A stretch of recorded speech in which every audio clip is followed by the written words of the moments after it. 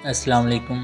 حضرت امام غوث اعظم رحمۃ اللہ علیہ نے فرمایا کہ اپنے بچوں کو اور گھر والوں کو اللہ کی عبادت اور اس کے ساتھ حسن ادب اور اس سے راضی رہنا سکھاؤ۔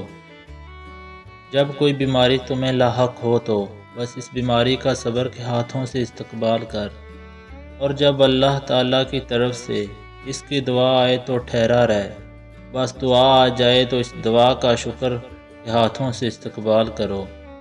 کاہل نہ بن، کاہل آدمی ہمیشہ محروم رہتا ہے اور اس کے گریبان میں ندامت ہوتی ہے۔ تو اپنے مال کو اچھا بنا۔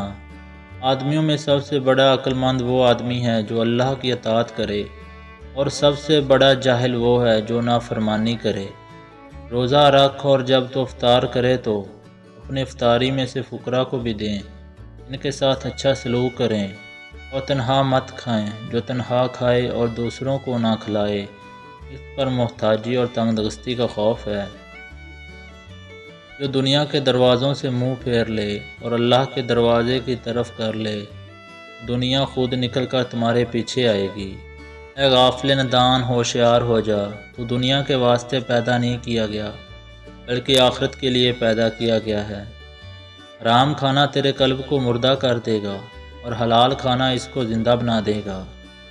اگر دعا قبول کروانا اور زندگی میں کامیاب ہونا چاہتے ہو تو یہ 3 کام کرو: رو اور گڑ گڑاؤ، تنہائی میں دعا مانگو، شکر ادا کرو۔